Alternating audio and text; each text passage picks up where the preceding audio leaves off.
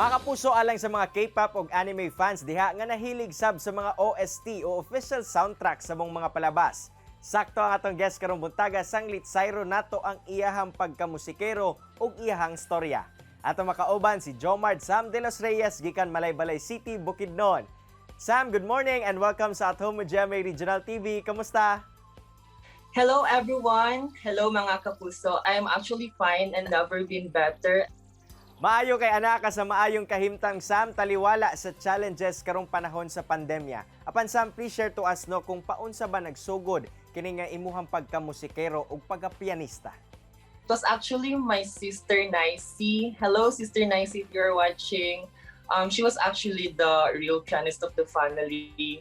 So she actually like playing piano and I was like baby while she was like babysitting with me. So maybe because that formed kind of sort of cognitive development in my brain and of course with the environmental factors na akong mga cousins kay also mga musicians sad. So as I grow up, na-develop na ko siya. Unsa sa ba ang storya aning pagsugod nimo og himo og musical content sa social media? Paunsa kini nagsugod?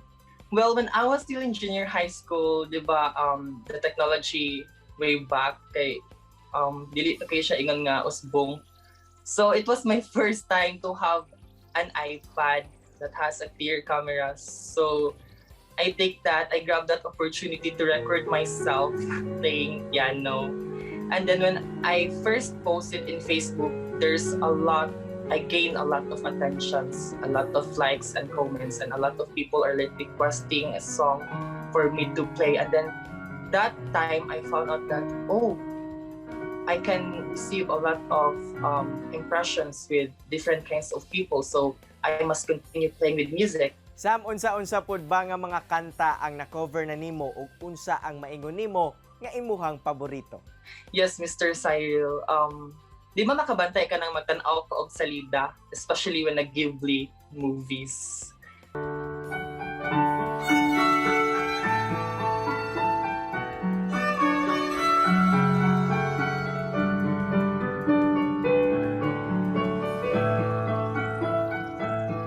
Naagid sila yung mga vibes na murag ma-feel jud nimo nga lahi ra gid siya. The Japanese music, the Mindanaoan, the Weathering with You. So I decided na siguro I'm gonna play the themes and the music na gikan ato na movie.